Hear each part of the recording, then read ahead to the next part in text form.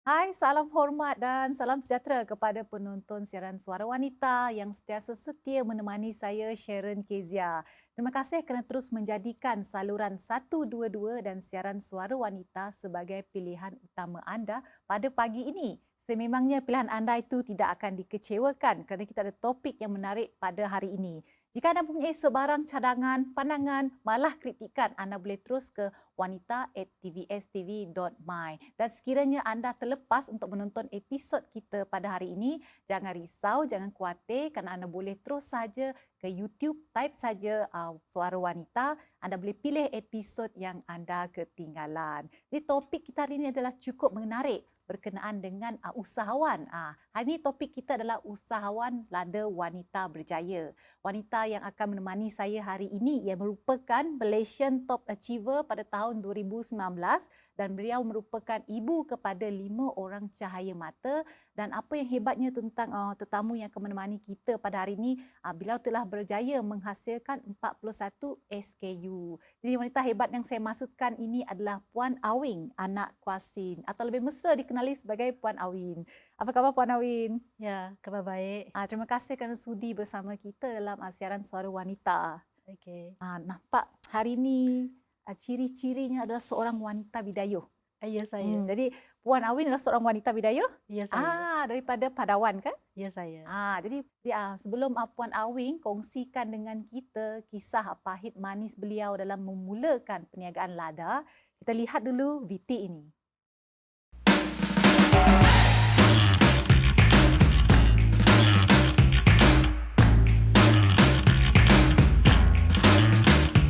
Hello semua, anda tentunya bersama saya Sharon Kezia dalam siaran Suara Wanita. Episod kali ini saya bersama dengan Puan Awing di kebun lada beliau yang terletak di Padawan. Jadi dekat sini anda melihat kami berdua dikelilingi oleh pokok-pokok lada.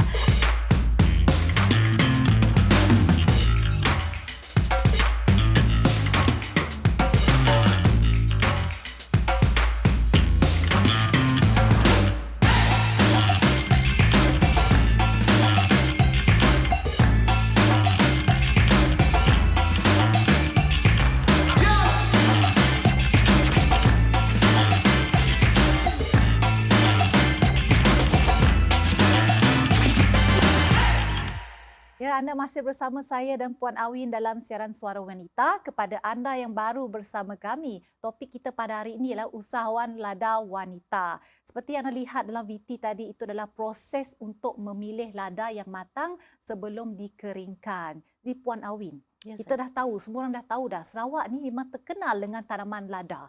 Jadi banyak pengusaha telah mengeluarkan produk masing-masing menggunakan hasil tanaman lada tersebut. Jadi Puan Awin sendiri, bagaimana dalam banyak-banyak tanaman itu, tanaman lada yang dipilih untuk diusahakan? Okey, selamat pagi semua. Okey, terlebih dahulu saya nak ucapkan terima kasih kepada pihak TBS kerana sudi menjemput saya untuk sesi Suara Wanita untuk kali inilah.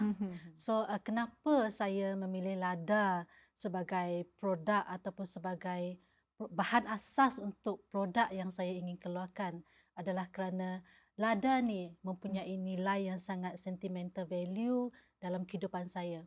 Membesar sebagai seorang anak petani ataupun anak pekebun lada, kami memang sudah dididik untuk menanam lada sejak daripada kecil lagi.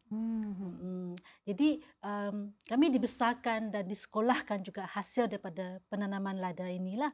So semestinya sebagai seorang suku Bidayu, sebagai seorang suku Dayak, saya ingin memperkenalkan produk lada, produk komoditi ini yang kami tanam sejak turun-temurun ke peringkat yang lebih tinggi. Jadi perkongsian yang cukup menarik. Jadi kita dah tahu dah rupa-rupanya dia inspirasi daripada keluarga kerana beliau melihat hasil kejayaan ibu bapa beliau yang mengusahakan tanaman lada akhirnya berjaya menyekolahkan ke semua adik-beradik beliau. Jadi kita nak tahu lebih banyak lagi perkongsian tentang usahawan lada ini. Kita kembali sebentar, kita kembali sebentar lagi, berehat seketika.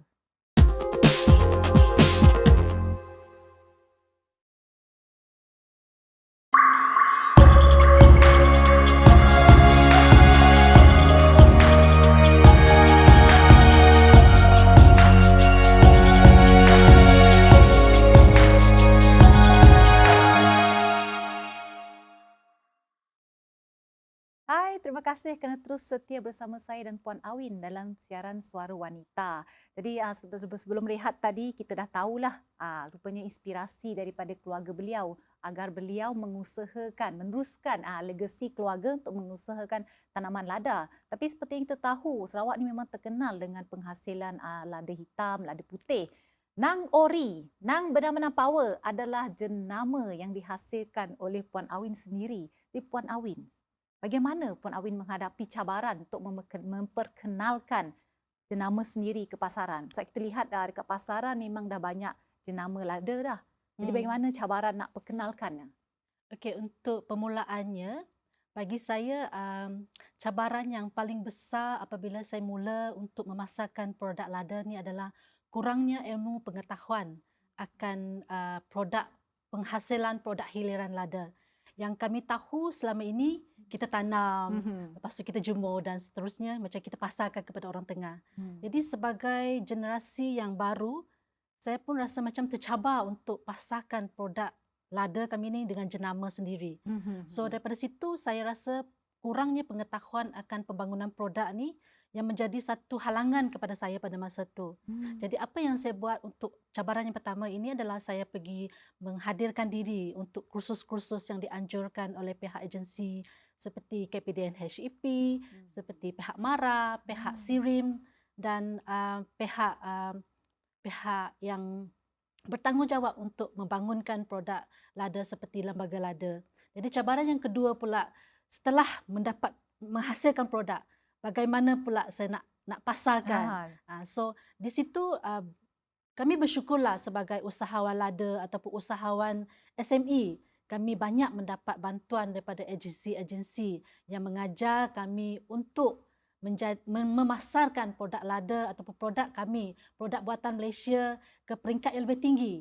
Dan cabaran yang ketiga semestinya adalah sebelum ni sebagaimana kita ketahui, lada ni memang sudah dimonopoli oleh kaum lelaki yang bukan kaum wanita, seperti kaum wanita dianggap sebagai macam kaum yang lemah sedikit. Sebab lada ni kan berat, so kita kena angkat, kita kena timbang dan sebagainya. So industri lada ni memang sudah dimonopoli oleh syarikat yang besar yang sudah mengeksport lada.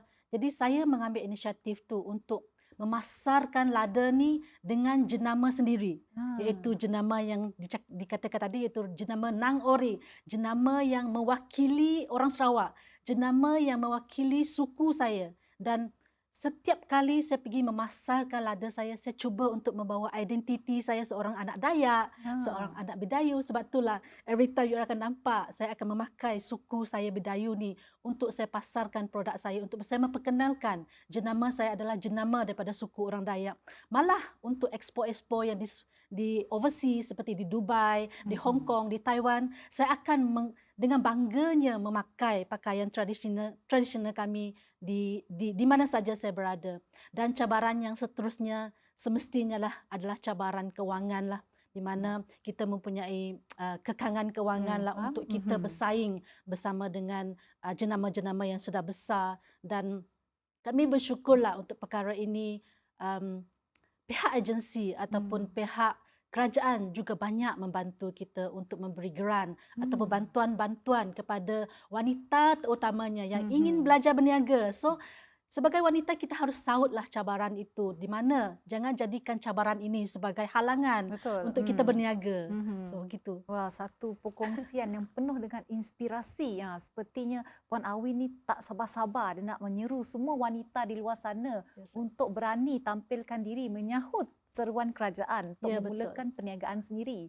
Bagaimana Puan Awin, bagaimana penerimaan keluarga khususnya suami apabila Puan Awin membuat keputusan untuk menceburkan diri dalam mengusahakan lada ni? Sebelum saya mengusahakan lada Sarawak, saya terlibat dalam bidang pengurusan sumber manusia ataupun human resource management, di mana di situ saya banyak bergaul dengan orang ramai akan dunia perniagaan. Tapi pada 4 tahun yang lepas, saya membuat keputusan untuk memasarkan produk lada.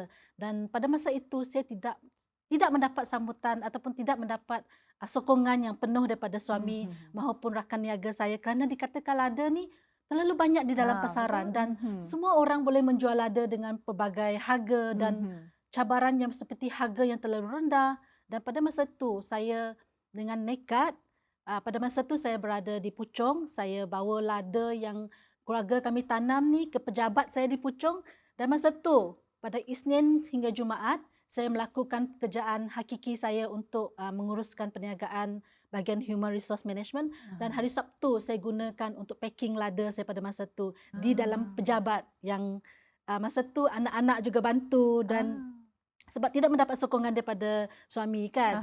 Tapi lama-kelamaan dia boleh lihat yang produk lada yang saya cuba perkenalkan pada masa ini, iaitu sekarang dah kira famous lah. Yang kalau sebut aja lada Sarawak, kalau you Google saja lada Sarawak atau you type aja lada Sarawak dalam FB, you orang akan jumpa lada Sarawak yang akan keluar adalah lada Sarawak Nang Ore. Nampaknya memang apa Mada, jangan berputus asa. Ya, jangan Walaupun putus asa. suami pada mulanya tidak memberi sebarang sokongan, tapi apabila dia melihat kita punya kesungguhan, dia melihat kita nekat, akhirnya dia akan mengalah juga, dia akan menyokong juga isterinya. Ya, betul. Jadi dengan kejayaan Puan Awin dalam menghasilkan produk, kita tahu dia telah menghasilkan 41 SKU. Jadi kita nak tahu selepas ini, kita berehat seketika, jangan ke mana-mana.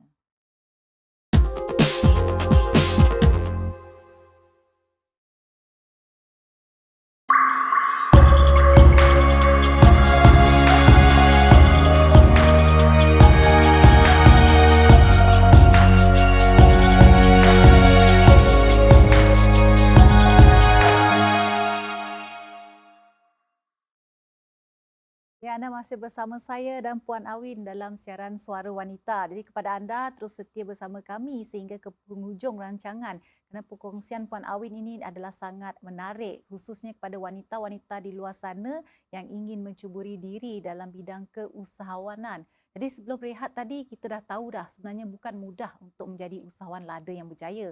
Banyak liku-piku yang harus dilalui oleh Puan Awin untuk menjadi seorang usahawan yang berjaya seperti yang beliau kecapi pada hari ini. Sebenarnya bukan mudah untuk mengusahakan tanaman lada ini kerana tanaman lada ini merupakan satu tanaman yang sensitif.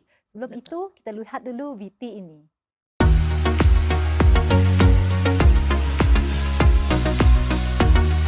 Lada yang sudah ditanam selama 3 tahun akan menghasilkan buah yang baguslah. Macam ni, yang ni lebih sesuai untuk dijadikan lada hitam. Tapi kalau yang separuh masak tapi keras, nampaknya isinya penuh, ini disesuai untuk dijadikan lada putih. So, kita akan pilih lada yang betul-betul matang sahaja untuk dipetik. So ni secara tradisional lah, kita buat pelaraian menggunakan tangan. Kalau kita ada mesin, kita boleh leraikan guna mesin. Tapi yang ni kita guna tangan je lah. So caranya macam ni je lah. Kan?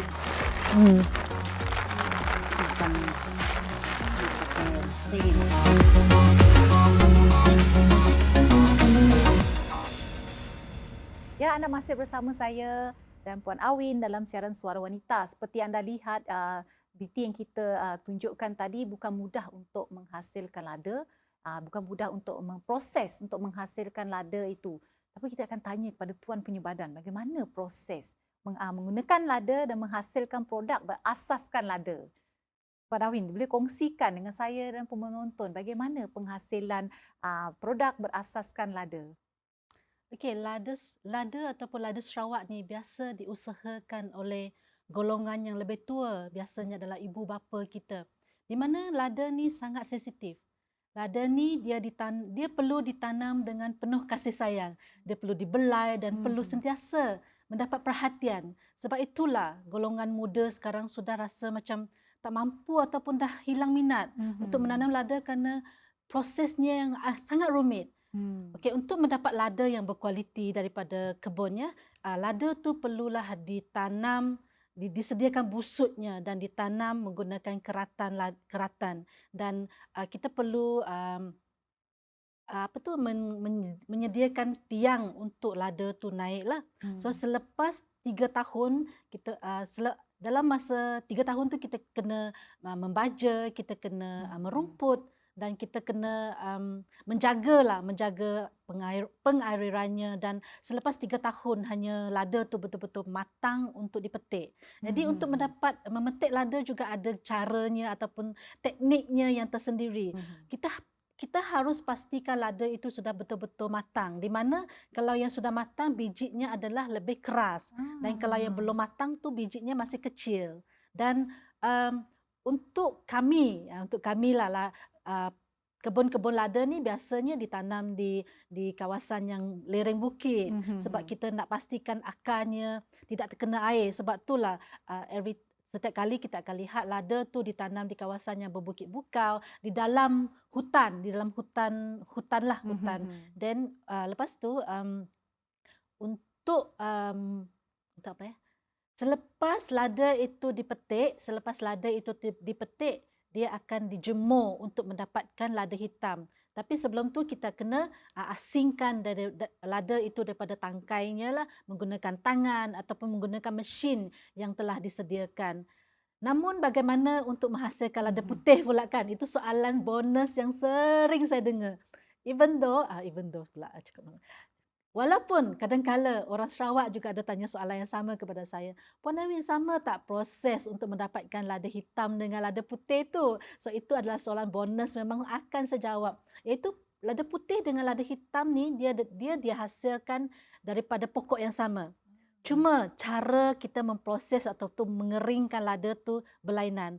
Lada hitam kita hanya asingkan daripada tangkai dan kita jemur di dalam di atas matahari yang terik dalam 3 ke 4 hari. Siap. Boleh disimpan. Tapi untuk lada putih pula, kita haruslah memilih lada yang betul-betul berkualiti, yang besar. Kita akan merendam lada tu di dalam air yang mengalir, selama 14 hari. Kalau air tak mengalir tak boleh lah Puan Kalau Awin? air yang tak mengalir, dia akan menghasilkan lada yang berbau. Sebab itulah kualiti lada putih Sarawak kualiti yang baik, kerana orang tua ataupun kebanyakan tempat di Sarawak mempunyai sungai yang mengalir. Jadi orang tua kita akan letak lada tu di dalam sungai yang mengalir itu. Lepas tu dia punya bau akan ikut sekali dengan arus airnya. Lepas tu selepas kita keluarkan lada tu daripada guni yang kita rendam tu, kita akan buangkan dia punya kulit, dan proses seterusnya adalah untuk dijemurkan selama 3 ke 4 hari. So prosesnya memang sangat rumit, dan sebab itulah lada putih kalau dibandingkan dengan lada hitam harga dia lebih mahal. Malah satu berita baik ya untuk orang Sarawak ataupun semua orang ketahui bahawa lada Sarawak, iaitu lada putih kita, merupakan lada terbaik dunia, kerana inilah salah satu sebabnya, iaitu kalau disebut sebagai creamer white pepper, itu adalah lada terbaik dunia. Sehingga hari ini masih digelar lada terbaik dunia untuk Sarawak white pepper. Satu fakta menarik yang dikongsikan oleh Puan Awin bersama kita, sebab saya pun baru tahu. Sebenarnya kalau Puan Awin tak kongsikan tadi, saya baru tahu. Jadi untuk pengetahuan penonton di rumah, Puan Awin juga merupakan satu-satunya wanita yang mempunyai lesen ekspor. Ya, betul. Lesen ekspor tanaman lada ke Ya, luar negara. Jadi bagaimana proses mendapat lesen tu Puan Awin? Adakah sukar?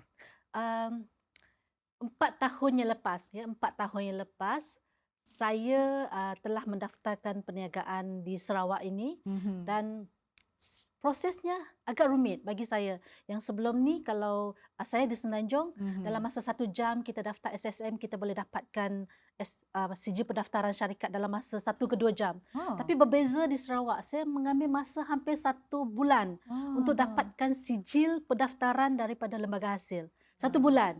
Itu belum lagi saya perlu buat permohonan untuk mendapatkan lesen. Di mana untuk mendapatkan lesen ni kita harus ada gudang, kita harus ada peralatan yang kita kena gunakan untuk memproses, dan prosesnya boleh dikatakan sangat sedikit rumit lah dibandingkan dengan proses yang untuk dapatkan lesen perniagaan dengan untuk mendapatkan lesen untuk mengeksport. Dan masa itu saya pun terkejut lah. Dia kata, Puan Awin, you tahu tak, kamu adalah wanita Dayak yang pertama untuk Ah. mendapat lesen untuk mengeksport dan memborong lada Sarawak. So saya pun rasa terkejut lah. Tapi Hmm. benda tu menjadikan satu inspirasi kepada Betul. saya. Yang kata, oh selama ni orang Dayak ni hanya tahu tanam lada, hanya tahu borong jual kepada orang tengah. Tapi hari ini saya bersyukur dan menjadi satu kebanggaan lah juga saya dan menjadi satu inspirasi juga pada saya yang saya harus bersungguh-sungguh untuk memasarkan produk kebanggaan kami itu yang sehingga hari ini masih lagi the one and only tu dah Ya, ada 4 betul. tahun dan belum lagi ada wanita yang kedua, wanita Dayak yang kedua tu. Masih mengekalkan ranking ya di tempat pertama di Sarawak. Ya. Jadi Puan Awin setelah 4 tahun berjaya memasarkan Ya. produk berasaskan lada ini, ada berapa stokis? Berapa stokis, berapa ejen di bawah seliaan Puan Awin? Okey, sebelum tu, sebelum pergi kepada bab stokis, lada Sarawak ni yang saya proses ni, yang saya botolkan ni sudah memasuki pasaran hypermarket ya.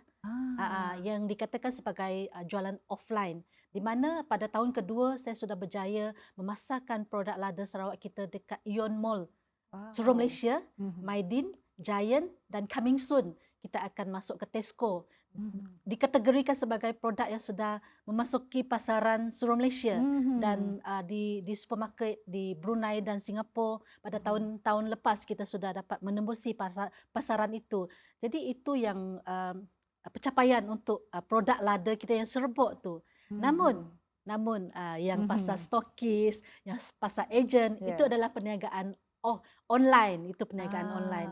Setakat hari ini kita mempunyai lebih kurang 2,377 orang ejen ataupun eksekutif partner mobile yang sah berdaftar dengan kita untuk menjalankan perniagaan, iaitu hanya menjual produk yang berasaskan lada, yang produk viral kita yang telah banyak membantu wanita suri rumah untuk menjana pendapatan daripada rumah hanya menggunakan handphone ya. Betul. Tak payah ada produk, you tak payah ada store, you tak payah ada SSM dan sebagainya, you sudah boleh mulakan perniagaan. Betul lah. Jadi sebelum kita mengakhiri rancangan kita Puan Awin, sedikit pesanan atau tips kepada wanita di sana yang ingin memulakan perniagaan, ingin menjadi usahawan. Untuk memulakan perniagaan sangat mudah. Untuk mengekalkan perniagaan itulah yang paling susah. Untuk mengeluarkan produk, siapa-siapa pun boleh keluarkan. Tapi untuk pasarkan produk tu, itulah bab yang paling challenge untuk setiap wanita ataupun perniagaan. Oleh itu, saya menasihatkan wanita ataupun sesiapa sahaja yang ingin memulakan perniagaan untuk memasarkan produk, sama ada nak produk sendiri ataupun produk orang lain, saya nasihatkan yang baru nak berjinak-jinak lah, yang belum pernah berniaga, yang baru nak berjinak-jinak ya untuk melakukan perniagaan, anda boleh belajar daripada mereka yang memang sudah pernah melakukan perniagaan ataupun dengan menjual produk yang sedia ada, iaitu paling mudah mulakan dengan perniagaan di atas talian dengan menjual produk yang viral, dengan produk yang ada platform, yang ada sistem. Di mana kalau di Nang Ori, kalau di dalam sistem kami mengajar usahawan kami ataupun kami mengajar ejen kami untuk berniaga setiap minggu daripada zero cost marketing, maksudnya tidak perlu mengeluarkan apa-apa modal, you boleh mendapat income daripada rumah hanya dengan online sahaja. Sangat menarik ya. Jadi kepada wanita di luar sana, jika anda ingin ataupun berminat ingin menjadi usahawan, anda boleh saja pergi ke Facebook Puan Awin untuk mungkin anda boleh mendapat sedikit nasihat ataupun konsultasi daripada beliau. Jadi kepada anda semua, terus setia bersama kami pada waktu dan siaran yang sama. Sehingga kita berjumpa lagi. Bye-bye. Bye.